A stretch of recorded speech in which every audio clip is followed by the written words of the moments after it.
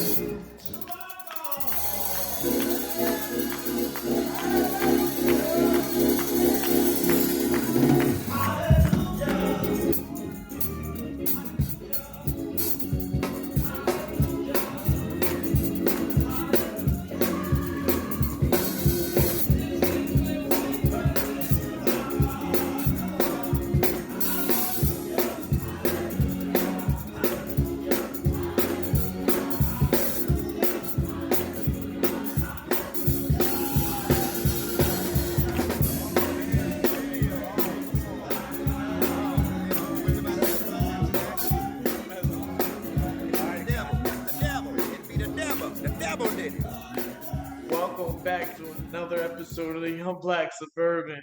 I'm here kicking it. I'm laughing a little bit because a little bit before the intro, me and Ahmed been kicking it. Ahmed, I'm with musician Ahmed Wallace. You know, how Hello, you? hello, hello, hello. Everything good? Oh, everything is well. Thank you so much for having me, brother Tim. It's so good to be here Yeah, with you today, man. definitely. We've been hearing a lot about each other through a mutual friend, Mr. Bill Tyson. Mr. Uh, Big Bill. yeah, he tells me that you're quite the musician. Yes, sir. Yes, sir. Yeah. Tell me Well, how. not to brag on myself, Yeah, but yeah, I go ahead. do pretty all right. Yeah, you do all right.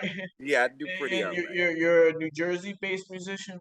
I'm a New Jersey-based musician, born and raised here in the great city of Newark, New Jersey, aka Brick City, home of such legends as Sarah Vaughan and Tisha Campbell and Melba Moore and yours truly. The list goes on and on. Queen Latifah, Redman. Right. I could get into so many names. Couple of boxers out there too. Oh yeah, Zab is kind of from New York, but he did a lot of Yeah. training over here in Right. Jersey. And then you had your pops was from more Philly though, right? Was he more Philly He's from based? South Philly. But South Philly, yeah. I don't want to say the person's name because I could be wrong. But you had a world champion out of North, uh, not too maybe back in like the early '90s. Early '90s world Yeah. champion. I don't know. Not Zab. Who we talking about? Not Zab. I Cause can't. Zab. Which one now? I can't remember. I mean, I can't even either. Somebody in the so chat, y'all go ahead and Google and throw it on the yeah, chat that's so we it. know what we talking about. North world champions. But how did you get into music? Well, make a long story short, I was born. No, but I'm only joking. Let's see. I come from a family, a long line of singers and entertainers and people who were just accustomed to being on stage and singing for people. My grandmother and her two brothers, believe it or not, they were in a local group, if you will, a trio back in I would say this would be the 50s, early 50s, late 40s, in which they attended Central High School here in Newark, and they were in a competition with Frank Sinatra, and they won. Wow. Believe it or not, my uncle, his name was Clarence Butler, rest in peace. We called him affectionately known as Spike, and then there was my Uncle Jerry Butler. We called him Uncle Butch, and then my grandmother. Um, they were two brothers and a sister, and they sang and they performed and they actually won, and that gave them, moderate success to perform throughout the upper northern New Jersey area. Not really world renowned, but very much known as far as the music scene, and so that allowed me a passport, if you will, and to get a chance to meet and to interact with some great musicians from old, and they honed me and trained me. And by the time I'm 9 years old, my first reference was Brandy's "I Want to Be Down." What you going through? Yeah. There was two versions of that song. There was the version that was written for a young man, and the name of that song was called "There's a Rumor." going around town. And then the girl version of the same song, the lyrical content was sitting up in my room, sitting up thinking about you. I must confess, I'm Right, right. vexed for you. And so at 9 years old, I had pretty much a ambidextrous voice, you couldn't tell if it was a little boy or a little girl singing. My voice was so high. Okay, I And got so you. I was able to reference both versions of that record.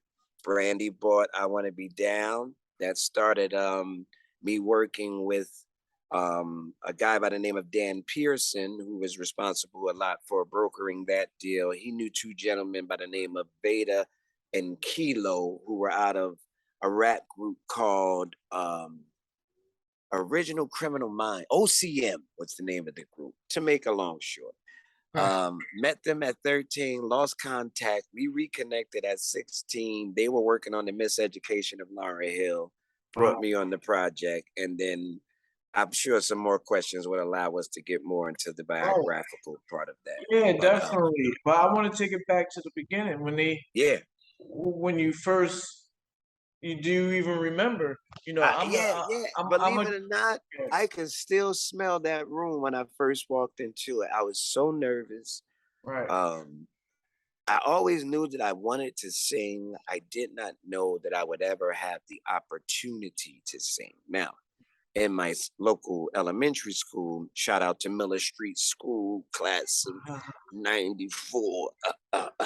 I knew that I could sing because I was in chorus there, and naturally I would do the Star Spangled Banner before every assembly, and I would sing We Shall Overcome at the exit of every assembly. So I was honing that craft, and my mother and father were Muslim, but my grandmother was a saved Christian woman. So from Monday through Friday, I was Muslim, but from Saturday until Monday, I was a Christian. You know what I mean? And that she had me in my bow tie with my hook part and my flat top, singing in the church choir. And I had a great teacher by the name of Dr. Albert James Lewis. He's kind of renowned on the gospel scene here in Newark. He put me on his television show on Channel 26, Public Access. We all start there, Public Access Network. And I would sing there. The council people and the mayor of my city saw that, brought me in, gave me a proclamation and what do you call them? A resolution. And from there, it just kind of opened up many doors. I began singing. From there, I began singing with the DARE program, Drug Abuse Resistance Education. I don't know if you guys remember that from school. Yeah. I was the national singer for their band. They had a police officers band, and I was. I remember them having a band coming to Have our you ever remember elementary that school. assembly? A little young kid that came to sing the I greatest don't love know. of I don't all. know if you were there. Have you heard someone sing the greatest love of all by Whitney Houston? That was me, buddy. I don't know. We probably was the same age. Probably. How old are you? How old are you? I'll be 38 this year. Yeah, I'm 42. I'm 41. I'll be 42 this December. So it's quite possible that it was me. Yeah. Yeah, that's and crazy. I toured all over with them, and they would bring their little police band, and I would sing "The Greatest Love of All" as the finale, and that was usually how the show ended. Usually, right? Nice. What about music? You know, give you this passion, or what makes you feel so passionate about music? Oh man, music. Let's see. The best way I could describe it is it's one of the elements that was put here on earth that was solely for decoration, if you will. You know, the necessities that we needed: oxygen, water, food, protection from the solar rays and everything else. All those things that God gifted the earth was for necessity and for survival. Singing and art and playing of instruments and dance, these are things that are solely just for the beauty and for our enjoyment. Right. And so to one, have a desire to do it, to two, have the ability to do it, and then not only that, the reapings and the gifts that come from doing it Right. allows me to pay for my living. Right. I Right. couldn't ask for a greater gift from heaven. Why would I'll answer that question with why would I do anything else? How could I Yeah. do anything Yeah. else? I was put Definitely. here for it. That's where my passion comes Right. And that makes sense. And that passion has given you many accomplishments. from. Um, Many. let just name some more. Name a couple more. All right, well, we can do Well, it.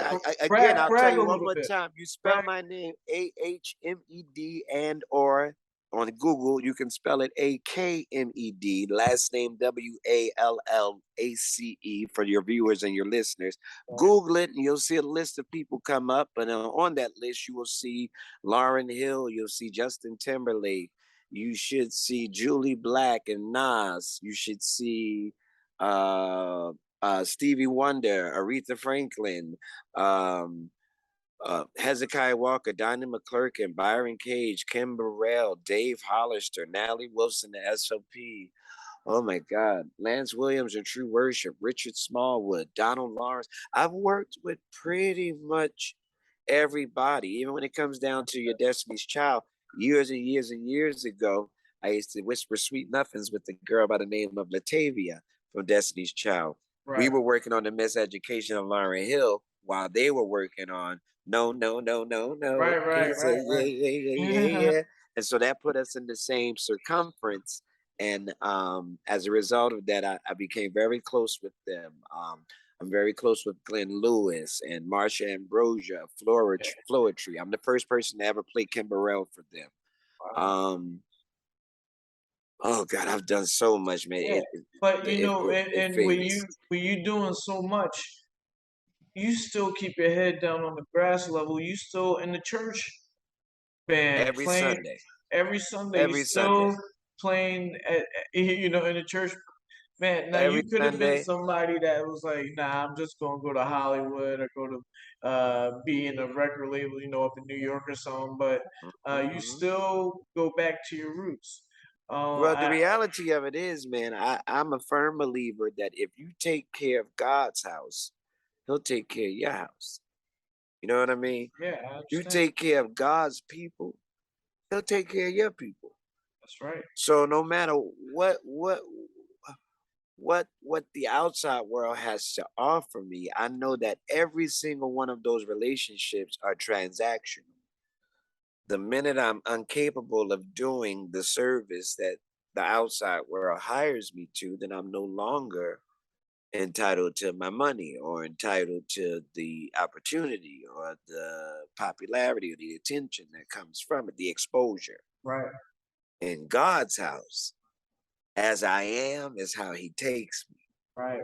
You know what I mean? Yeah, I And get so it. it would be cutting my nose despite my face to pray and pray and pray for an opportunity. And in the minute that the opportunity comes, I abandon. Right.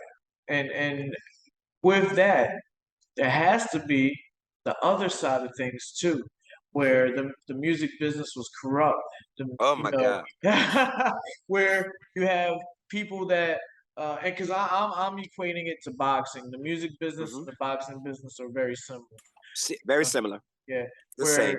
you know you have managers, promoters, and everyone's trying to get money or whatever, or you just have some bad situations, bad energy. Uh, you know you experience that part of the industry as well. Oh, brother. Imagine this, right? It's an interview, so I can take Yeah, some liberties. why don't you get specific if you want to? Yeah, I want to get comfortable. So, first off, let me tell all the kids that might be viewing, smoking is terrible.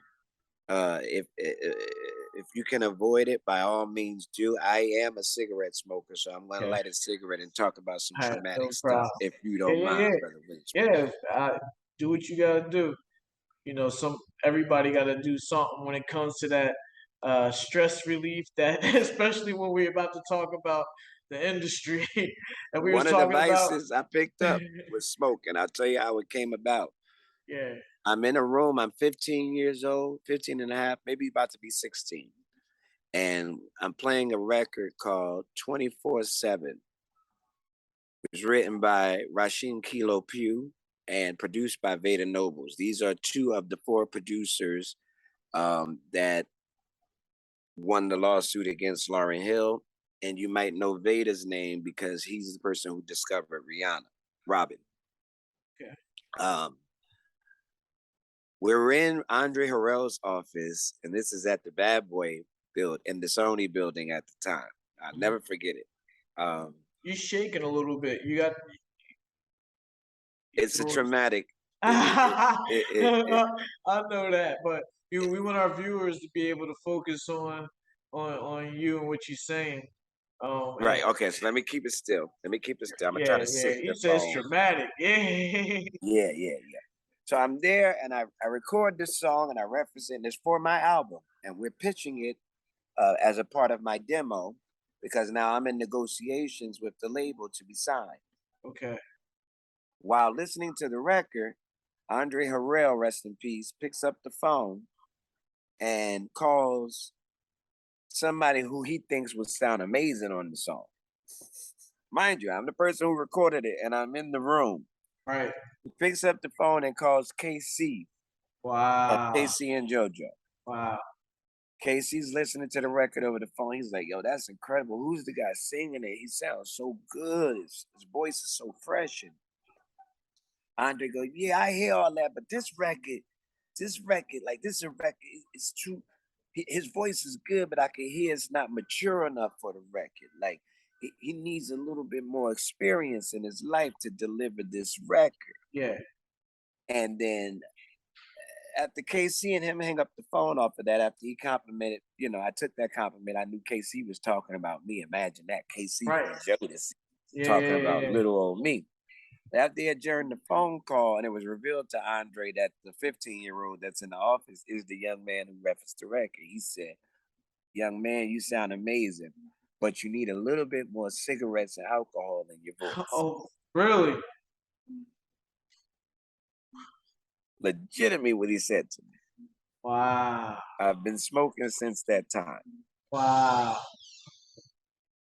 I had a voice that was older than my age, and so I ran into a pocket where, and this is quote unquote, and I'm going to try to be as non-profane as I can, but I want to tell it as it was said to me. Right.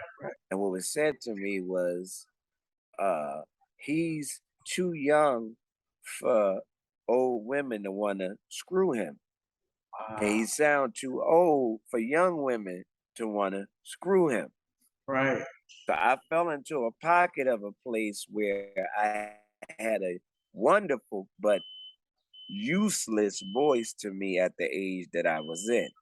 Right. So that was one of my first hard disappointments. Naturally, the record was sold. We ended up selling it to a group named Liberty City out of Liberty City, Florida. This is many years ago. You can Google all this stuff again. That's your smoke detector? No, that must be the neighbors. We live in a condo complex, and somebody's doing something. Murphy's Law, whatever bad can happen will happen, but somebody's gonna get it together. It's all good. It's all good. Sorry about that, viewers. This is as real as it gets, y'all. I just wanted to make sure nothing was on fire. That's all. Oh yeah, no. We good to go on this side, Tim. I got you, brother. Good. That was the first form of disappointment in that I learned that the industry could be very real with you and you can't wear your feelings on your sleeve. That's the first thing. Cannot take anything personal. It's all business. So that was the first disappointment. My second major disappointment will come not long after that. I'm in negotiations with a guy named KP that was working very closely. He was the third of the Trinity for LaFace Records. You had L.A. Reid, you had Kenny Babyface Edmonds, and one of the head A&Rs of the label at the time went by the name KP. Okay. We're in negotiations. If I'm not mistaken, they offered $1.3 million for me as an artist. 7-album deal. At the time, that was a standard, but they wanted to do a definite one-on with the option in the second year, but it was up to 7 albums, and the regular splits. They get their 10, 15%, whatever. I'm not a lawyer, so I can't Right. speak too much legalese to you right now. At the time, the manager for Newark Productions, which is Veda and Kilo, and the production team that I'm signed to as a teenager, he goes, if they offer you 1.2, 1.3, then they got 2 million easy. So we're gonna do a 7-day cool off to come back to the table and see if we can come to terms. So we had a letter of intent. My lawyer at the time, I had a lawyer through the company, vicariously through the company. His name was Londell McMillan. You can look him up. One of the 3 people that was suing the industry with Michael Jackson, Al Sharpton, and Londell McMillan. Okay. Londell's negotiating this contract. Right. We're on this 7-day cool off, but we're coming back in 7 days to revisit the issue. We pick up the phone. We're on the phone. What's going on with the deal? KP goes, I gotta be honest with you. I'm sorry, but we decided to go in another direction. I over here keep saying, well, what did you guys end up doing? They said we just moved a guy from Chattanooga, Tennessee, down to Atlanta by the name of Usher Raymond. I lost my deal to Usher Raymond. Wow. That's crazy. Big disappointment. Right. I had a scholarship to Rider/Westminster Choir College. They had come together where I could do my music program at Westminster with my minor in law, music law, entertainment law at Rider University up in Princeton. Okay. I told them no thank you because I'm going on tour with Lauryn Hill, which is what I was promised while we worked on this record. Right. 2 weeks before they left, I was pulled to the side only to be told that she's taking all women. Disappointment. Now, scholarship gone. Yeah. Life got a whole nother trajectory. Right. That's a lot to deal with, but I take that as like I hate, man. I'm always on this show relating to it because of my career. But so you should already know what I'm talking about. That's why I like talking with you, Tim, because you already know what I'm talking about. You lost a couple fights, but you didn't stop fighting. That's the thing. And The you war is still mine. you in the industry still till this day. Yes, sir. Yes, So sir. when you see though, because these guys that you mentioned are still in the industry, you Oh see. yeah, me, John Legend, and Bilal were roommates. Right. The So 3 of us were literally living in Hackensack in the same apartment. Does that make you? Animosity would be the wrong word, but never towards them. It was nothing that it wasn't them. It was the industry. To be honest with you, a lot of days it had me suicidal for a while. Oh yeah. Mental health and mental wellness is a very important thing that I encourage anybody that is a creative in whatever capacity is boxing, any capacity that you create and you take your physical self working for yourself to try to accomplish your dream. You must first fortify your mind because you will get a million no's. I assure you, it only takes one yes. Definitely. You know what I mean? And so, but you're not just a singer, right? You got, no. Yeah. Let's dive into some of your other talents. Well, we write. I'm a phenomenal writer, if I do say so myself. You write songs. Yes. Right. I write songs, and I'm a musician. I had the benefit of, even in the midst of all of what was going on in the industry, I still had a black family that said, "You're going to school every day. You're going to get a diploma from somewhere. I don't care what you're chasing, as long as you end up at school where you're supposed to be there." So, I ended up graduating arts high school with honors. I did enjoy a couple of major summer programs with like down at the Gulfside Music Academy which was a school that was put together by Dr. William Farley Smith.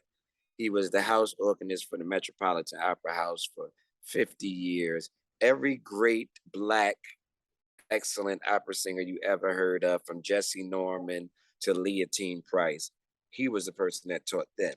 Mm. And he came out of retirement to come and teach at Arts High School. So I was blessed to be one of his students. And as a result of that, he showed me the nuances of music that I might become excellent at it. And so as a result of it, I'm able to teach music, I'm able to play and make music, and I'm able to express music from my own self at a major level, if I could say so myself. Right. I heard that you are an avid drummer.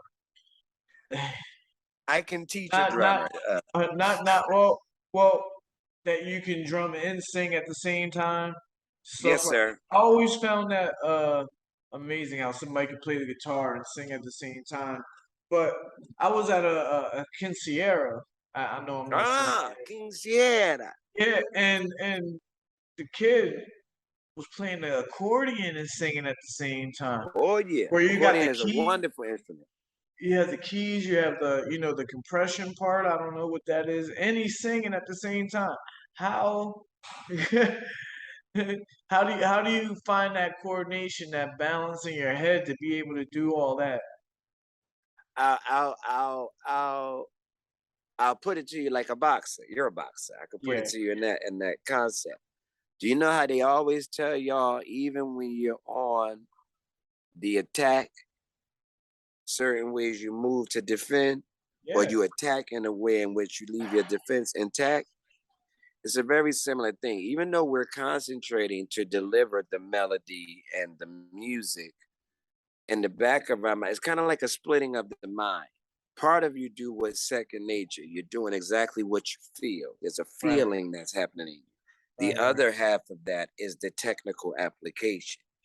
So if they spend enough time just messing with it, you start to understand the text. You know how you can almost, you carry a book bag for so long that you can dig your hand in there without looking in there to see what's, and pull out the content you're looking for. right, You get a familiarity with the instrument pretty much the same way. So it becomes muscle memory. And right. then the rest is just you applying the mechanics of that which you've been taught.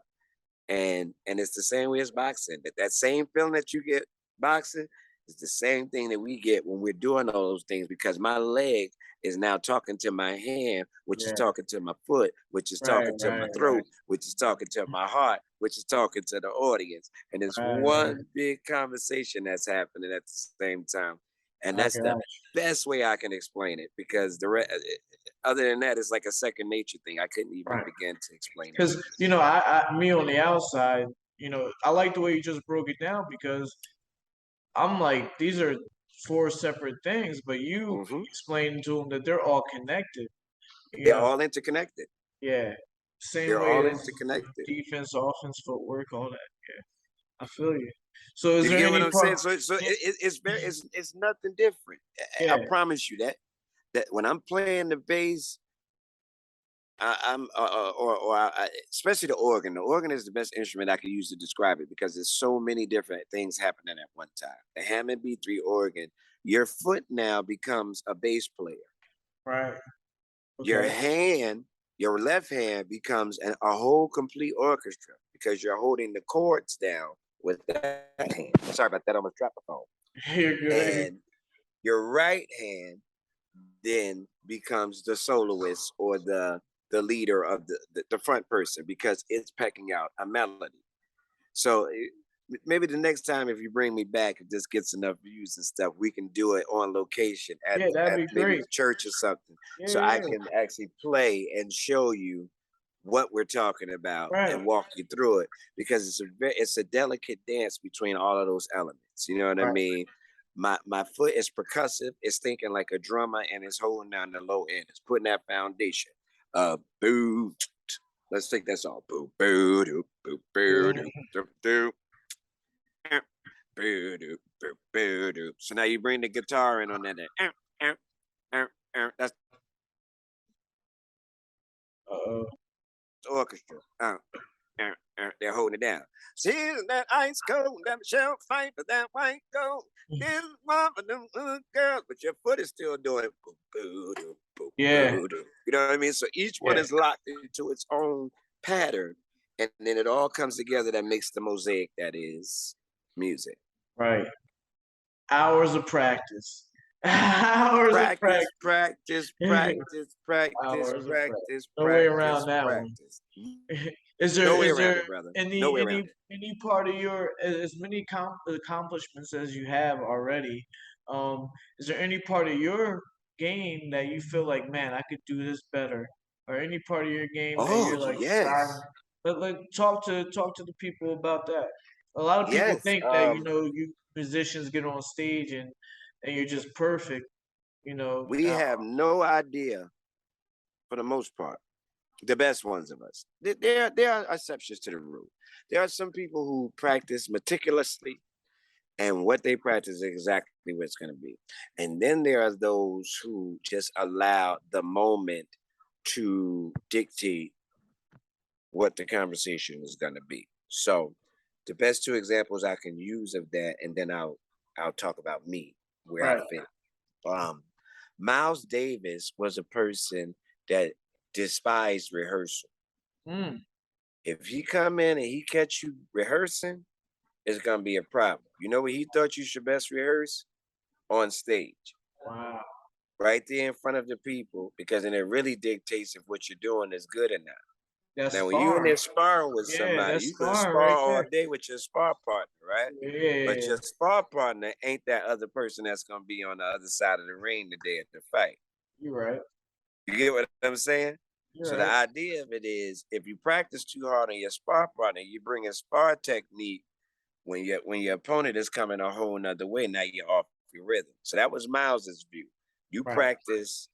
You can practice in your hotel room by yourself. Don't let him hear it. But when we come Right. here, every time we here, we playing. We Right. already playing. Rather there's an audience here or not an audience here. That's how comfortable he wanted you on your instrument. Then there's the Michael and Beyonce's, who every single step, every Yeah. single turn, every Has to be single note perfect. has been practiced and meticulously practiced Right. so that the mosaic can be executed. It's a vision board. It's copying that storyboard. Mm, It's doing exactly what we talked about. Now, I'm not a person that disagrees with either. I find myself to be a little bit, I try to be a little of both, because I want my audience to know that I took enough time and enough respect from my audience to not just come here and just fly by the seat of my pants.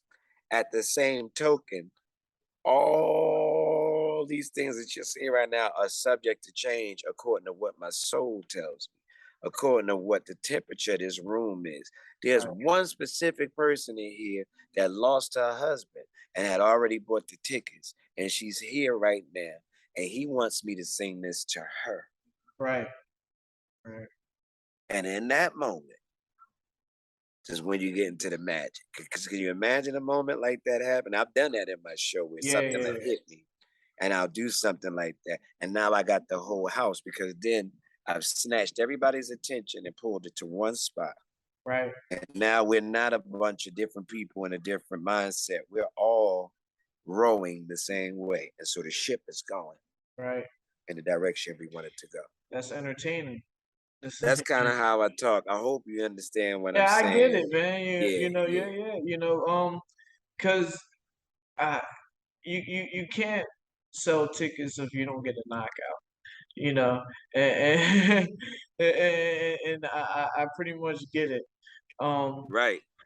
yeah. So, what's your next knockout? What do you plan for the future? What do you got going for you?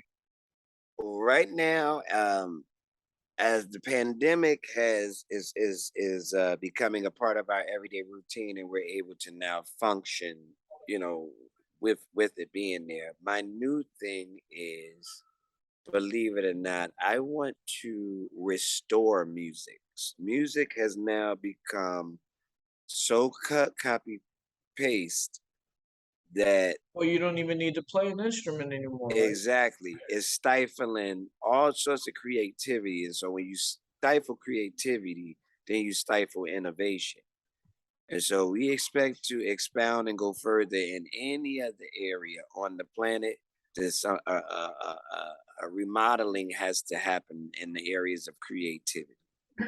And so my next plan now, the next few records that I'm putting out and everything else, I want them to be raw, uncut, but I want them to be totally different than everything that I'm hearing out on the radio right now. Right. I'm not impressed by any of it. I'm sorry. Right. No. And I love the different artists. Yeah, well, if there had to be one artist out here right now that you could say, okay, I can rock with you. Which Kendrick artist? Lamar. Kendrick Lamar. Is the only one in my one in my that I feel on my mental capacity. There's some people I love. Jay-Z's my favorite rapper of all time. Like everything he says is as unto scripture when it comes to me. I believe his mind is prolific, and the things that he says with the entendres that he uses.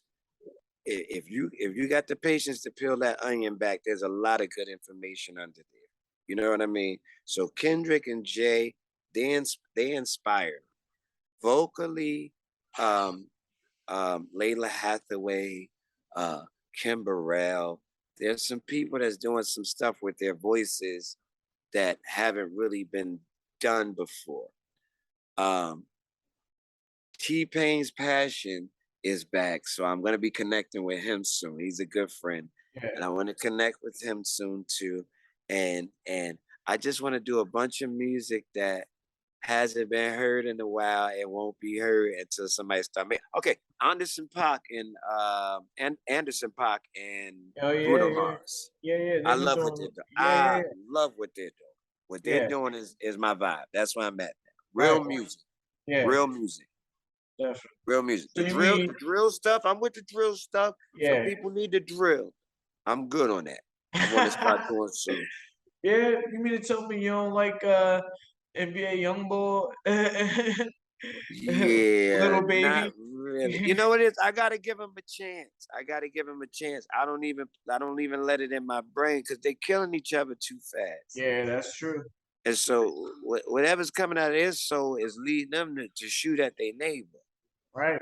I don't even let that into my ears. That might change how I start treating my neighbor. You know what I mean? I don't mean no harm to them. More power to them. Yeah. But that's not for me. It's not for me. It's a different culture. Different thing. So whole another thing. Yeah, we at the end of our podcast. Yes, sir. Yes, sir. This is usually where I give you a chance to say what you want to say to the world, send your message, whether it be about music or anything that you want to talk about. So the floor is yours. Mine would be this. Young people, older people, talented people, gifted people. We all have one, so I'm talking to everybody. Please do not let your talent take you to a place that your character won't keep you. Please remember that you are valuable. What you have to say is valuable. But there's some people that are also out here that are also valuable. And what they have to say to you, what you need to hear, is also valuable. Give each other a chance so that we can move from this place of unstoppable forces meeting immovable objects. It's only chaos. It's only collision. It's only explosion. If you surrender, I promise you, you'll be exposed to something that you've never seen before. I don't know who this is for, but I love you, and there's nothing that you could do about it. And my love for you does not require your permission. Brother Tim, it's been a pleasure talking with you. We're going to have to do this again, man. I would love to. It'll be my pleasure, man. And I'm going to have some music for you next time you come. I got some stuff in the oven, but it's not coming out till it's done. So I understand that. All the way through for you. All right, I appreciate it. And I hope this was enlightening and informative. And next time, like I said, if you want to talk whatever, I'm right here, bro. Yup, we going to bust it up. Appreciate you, champ. Right, you too. All right, brother Ahmed Wallace. Brother Tim Witherspoon. Next time. All right, later. All right. Peace.